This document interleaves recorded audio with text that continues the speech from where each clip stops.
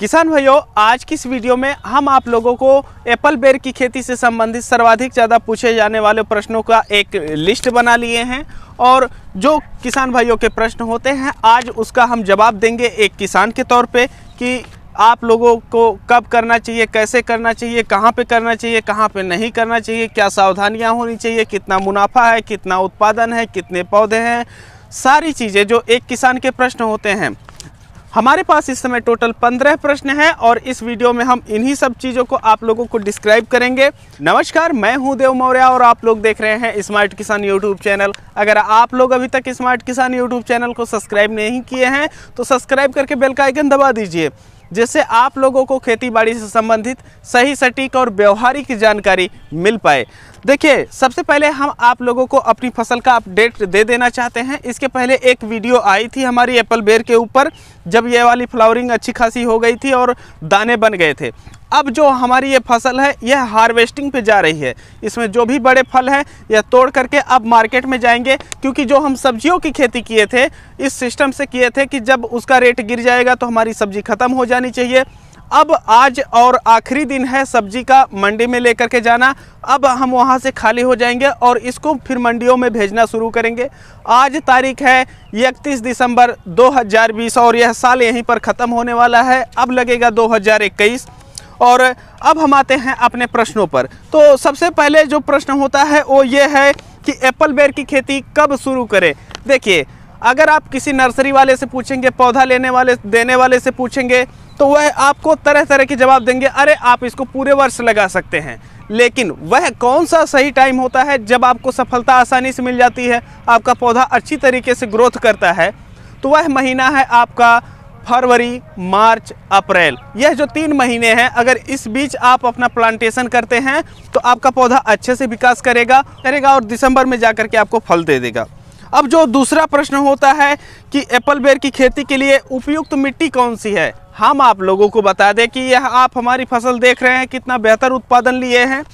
यह बलुई मिट्टी है और इस मिट्टी में जब कोई व्यक्ति सिंचाई करने जाता है तो 2 लोग लगते हैं, क्योंकि यहाँ पर जब खेतों में पानी डाला जाता है तो जो मिट्टी है ये कट करके बह जाती है, इतनी ज़्यादा बलुई मिट्टी है। और यहाँ पर सामान्यतः लोग जो रबी के मौसम की फसलें होती हैं जो कि कम उपजाऊ मिट्टी में भी हो सकती हैं, लोग वही फसल लेते हैं। फिर भी हम इसमें 30 किलो का एक केला काटे हैं एक पेड़ पर, और जो हमारी एप्पल बेर है आप लोग देख सकते हैं।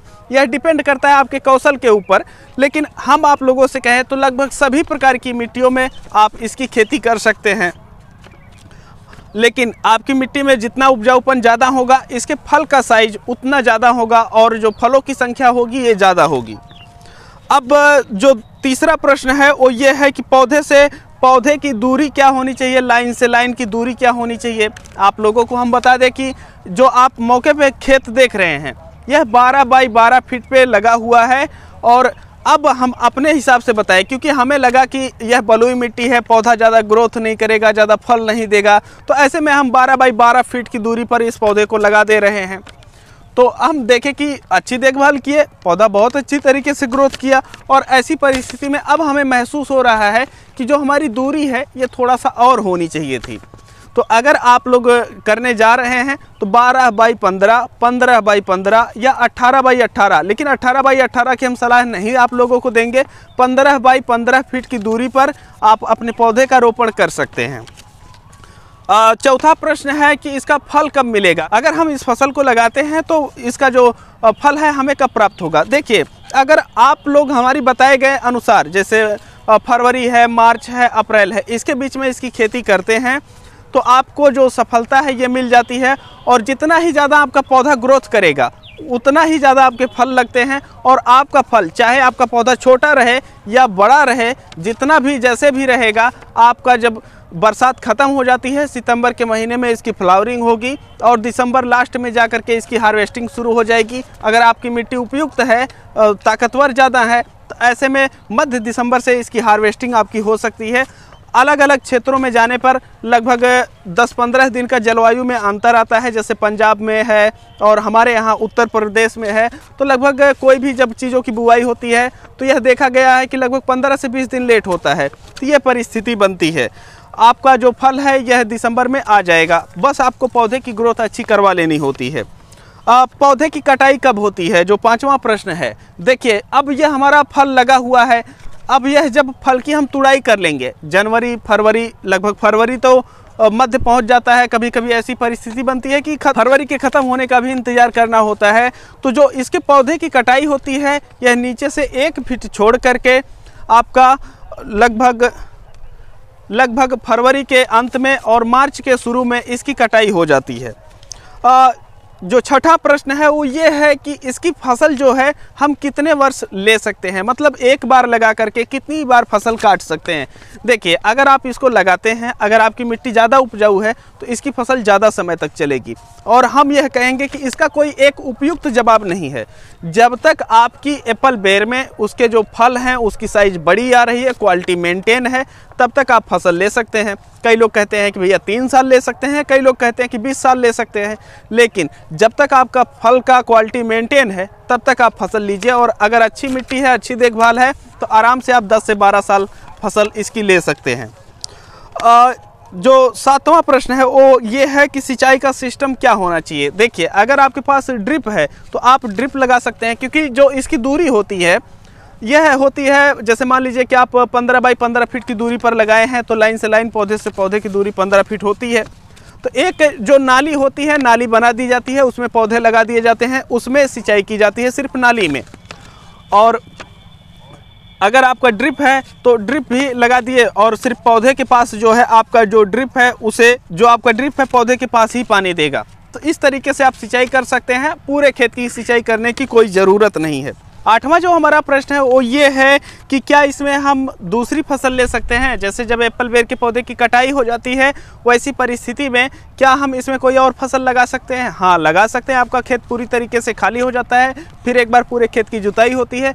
जो भी आपको फसल लगानी है लतेदार फसल लगाइए तो ज़्यादा अच्छा रहेगा। जैसे आपका तरबूज हो गया, खरबूज हो गया, खीरा हो गया, ककड़ी हो गई, कद्दू हो गया, लौकी हो गया, इस तरह की फसलें आप ले सकते हैं जो कि 2 फीट या 2 फीट से नीचे उनकी हाइट रहे तो ज़्यादा बढ़िया रहेगा। क्योंकि आपकी फसल जो है ये मुख्य है, इसको भी ग्रोथ करना होता है अच्छी तरीके से, नहीं तो यह आपकी फसल प्रभावित हो जाएगी। तो कोई भी फसल 2 फीट या 2 फीट से नीचे जो हाइट रहती है वह आराम से आप ले सकते हैं, कोई दिक्कत नहीं होगी। और आपका खेत मई में खाली हो जाएगा, फिर आपकी जो बेर है इसकी आप देखभाल करना शुरू कर सकते हैं। तो आप इसमें एक बार में 2 फसल ले सकते हैं, जैसे एक एप्पल बेर हो गई, एक आप कोई भी फसल लगा सकते हैं। अब जो हमारा 9वां प्रश्न है वो ये है कि क्या बेर के फल को चिड़िया खाती हैं। देखिए बेर के फल को चिड़िया खाती हैं, और जिसमें आपका जो रात्रिचर होती हैं, जो रात्रि में उड़ती हैं, जैसे हमारे यहाँ गेदुर बोलते हैं, चमगादड़ बोलते हैं, वह आती हैं, खाती हैं। जितना खाती नहीं है उसका 15 गुना गिरा देती हैं। तो इससे नुकसान पहुंचता है और उनसे निपटने के लिए आपको अपने खेत में जाल लगवाना पड़ेगा, या आप लाइट सिस्टम भी लगवा सकते हैं, क्योंकि वह नहीं आती हैं लाइट देख करके, क्योंकि वो सब उजाले की तरफ नहीं उड़ती हैं। लेकिन दिन में भी कुछ चिड़िया होती हैं जो नुकसान पहुंचाती हैं, तो जाल लगाना सबसे बेस्ट रहेगा। क्योंकि अगर आपका भयंकर उत्पादन हो रहा है तो उसको लगा सकते हैं, अच्छा मुनाफा होता है। जो हमारा 10वां सवाल है वो ये है कि चिड़िया से बचने के लिए क्या करें। देखिए आप अपने खेत के चारों तरफ जाल लगवा सकते हैं, ऊपर भी लगवा सकते हैं ज़्यादा सुरक्षा के लिए। और इसके साथ साथ आप रात्रि वाली चिड़िया से बचने के लिए जो लाइट सिस्टम आता है, जैसे LED आता है 50-50 वाट के, आप उसको लगा सकते हैं। तो जो रात्रि में चिड़िया नुकसान पहुंचाती है उससे काफ़ी हद तक सस्ते में आपका काम हो जाएगा। जो हमारा 11वां प्रश्न है वो इसमें खाद कितनी बार पड़ती है। देखिए जो इसकी फसल होती है ये नालियों में रहती है, नालियों के बीच में रहती है, तो उसके लिए 2 मेड़ बनाई जाती है, एक इस साइड में एक इस साइड में। तो ये जो मेड़ होती है उस पर हम अपनी फसल लगाते हैं। तो जब हम तरबूज की नाली में अपनी खाद डालते हैं तो वह खाद तरबूज को भी मिलती है और इस पौधे को भी मिल जाती है। तो लगभग बारिश के पहले 2 बार खाद आपकी पड़ जाती है, और बारिश के साथ और बारिश ख़त्म होने पर 2 से 3 खाद आप दे सकते हैं, जैसे आपके पौधे की ग्रोथ होती है। शुरू में जब आपकी बारिश के पहले जो खाद दी जाती है उसमें आप यूरिया की मात्रा बढ़ा के रख सकते हैं, लेकिन जब बारिश शुरू हो जाती है तो यूरिया की मात्रा को घटा दिया जाता है, एकदम ना के बराबर कर दिया जाता है। और बाकी खादें जो हैं उसको हम आगे भी बताएंगे कि कब करें, कैसे करें। जो 12वां प्रश्न है वो ये है कि बाज़ार में इसका जो रेट है ये कितना मिलता है। देखिए, हम आप लोगों से यह चीज़ बता देना चाहते हैं कि कोई भी फसल हो उसका अलग अलग क्षेत्रों में अलग अलग रेट मिलता है, और किसी भी फसल का रेट अगर आपके क्षेत्र में नहीं मिलता है, चाहे वह सोने की फसल हो, उसको मत उगाइए। जैसे अगर हम सेब की बात करें तो कश्मीर हिमाचल से सेब हमारे यहाँ आता है, 100 रुपये में बिकता है, लेकिन अगर हम वहाँ की बात करें तो 10 रुपये, 15 रुपये, 20 रुपये किलो में बिकता है। अब हम यहाँ पर अगर करें तो हमें कम से कम 30 से 40 रुपया, 50 रुपया रेट आराम से मिलेगा सेब का। तो ये स्थिति होती है। अगर हम हिमाचल वालों से कहें कि भैया हमारे यहाँ 100 रुपये किलो बिकता है और हम यहाँ करें तो 50 रुपये में बेच सकते हैं, तो भी कहेंगे अरे यार तुम्हारे यहाँ इतना कैसे झूठ बोल रहे हो। नहीं, जहाँ पर किसी फसल का ज़्यादा उत्पादन होता है वहाँ पर उसका रेट कम हो जाता है। तो ऐसे में आप एक बार मंडी घूम लीजिए, देख लीजिए कि आप के यहाँ क्या स्थिति बन रही है, आप उस हिसाब से कीजिए। हम पिछली बार हमारे यहाँ का जो औसत रेट था ये 28 रुपये था। जो हमारा 13वां प्रश्न है वो ये है कि 1 एकड़ में लागत कितनी आती है। देखिए, लागत जो है ये किसान के ऊपर निर्भर करती है कि वह किस सिस्टम से इसकी खेती कर रहा है। तो ऐसे में कुछ रुपयों का ऊपर नीचे हो सकता है, लेकिन अगर एक औसत की हम बात करें तो आप 50 से 60 के बीच में लेकर के चल सकते हैं। लेकिन अगर आपका उत्पादन बहुत भयंकर आता है तो ऐसे में मैनेजमेंट के लिए आपको लगभग 10 से 20 हज़ार रुपये एक्स्ट्रा लगाने पड़ सकते हैं। तो आप ये मान के चलिए कि शुरुआत में आपका पहले साल लगभग 50 से 60 हज़ार खर्चा रहेगा। दूसरे साल उत्पादन बढ़ता है तो उस उत्पादन को, जैसा कि आप देख रहे हैं कि हमारी डालियाँ टूट जा रही हैं, अब हमें बांस मौके पे मिल नहीं पाया और हमारे कई खेत हैं तो उन खेतों में काम चल रहा था, यहाँ समय हम नहीं दे पाए, इस वजह से अब डालियाँ टूट रही हैं। फिलहाल कोई दिक्कत नहीं है, इतना उत्पादन है कि 10% ख़राब भी हो जाएगा तो कोई दिक्कत नहीं है। तो उसके लिए आपका 10-20 हज़ार रुपये ऊपर नीचे हो सकता है। भगवान करे कि ऊपर नीचे हो, जब बढ़िया उत्पादन होगा तबे तो होगा और तभी आप कमा पाएंगे। तो ये चीज़ें हैं। आपको जो लागत है आप 50-60 हज़ार रुपये मान के चलिए 1 एकड़ का। अब देखिए, जो लागत है आप एक फसल और भी लेते हैं तो चाहे उस फसल को इसमें मिला दीजिए या उसमें मिला दीजिए तो लगभग वही 50-60 के करीब आपका 1 एकड़ में पड़ जाएगा। अब जो हमारा 14वां प्रश्न है वो ये है कि प्रति पौध उत्पादन कितना मिलता है। देखिए, हम बलुई मिट्टी में खेती किए थे। पिछली साल हम अप्रैल में इसका प्लांटेशन करवाए थे और दिसंबर में हम इसकी तोड़ाई किए थे, तो लगभग 25 किलो, 30 किलो, 35 किलो और कुछ पौधों में 40 किलो तक के उत्पादन हम लिए थे। पहली साल लगभग 7 से 8 महीने पे जब हम फसल की अपने तोड़ाई किए थे तब हमें ये स्थिति हुई थी। और जो ये दूसरा साल है तो दूसरे साल में जो हमें उत्पादन मिलने की उम्मीद है 80 क्रॉस करना चाहिए। फिलहाल जब हम फाइनल रिजल्ट वाली वीडियो लेकर के आएंगे तब आप लोगों को बताएंगे कि हमें कितना उत्पादन मिला।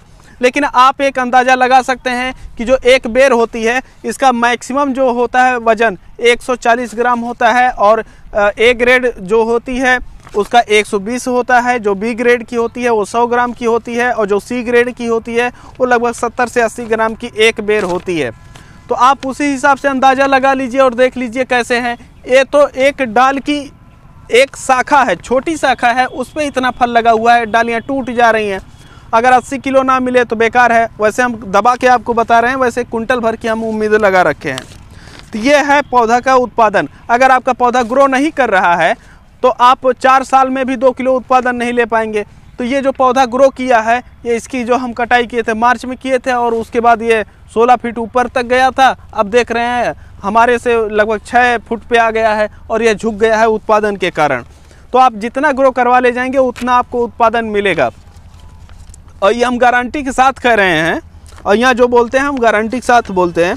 अब जो 15वां प्रश्न है वो ये है कि मुनाफा कितना मिलता है। देखिए, मुनाफा कई चीज़ों पे निर्भर करता है।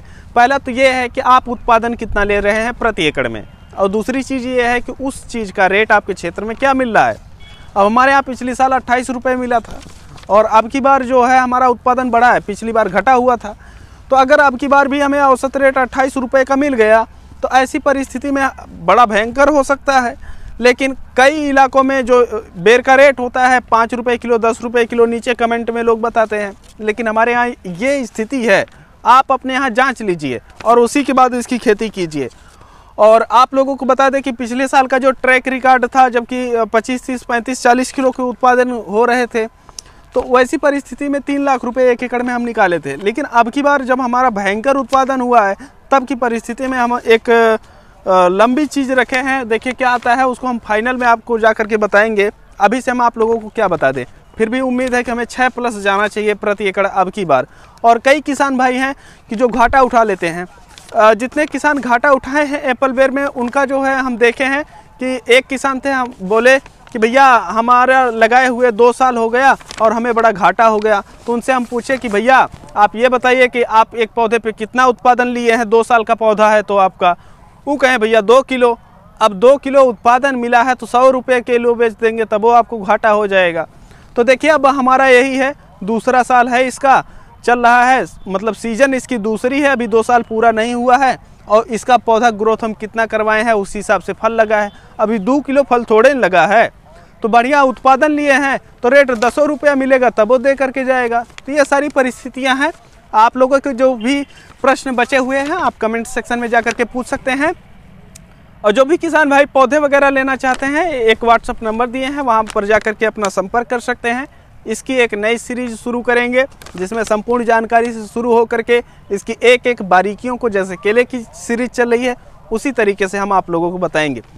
ये वीडियो आप लोगों को कैसी लगी? आपके क्षेत्र में जो बेर होती है उसे क्या कहते हैं? हमारे यहाँ इसको कहते हैं बेर, हम सब कहते हैं एप्पल बेर, और इसका वास्तविक जो प्रचलित है वो थाई एप्पल बेर। तो तमाम नामों से जाना जाता है। आपके यहाँ किस नाम से जानते हैं? आपके क्षेत्र में रेट वगैरह क्या है? अपना जो भी कुछ जानते हैं इसके बारे में लिखें, ताकि अन्य किसान भाई भी उसको देख करके एक अनुमान लगा सकें उनको करना चाहिए या नहीं करना चाहिए। हम आप लोगों से मिलते हैं एक नई वीडियो में, तब तक के लिए चलते हैं। जय जवान जय किसान।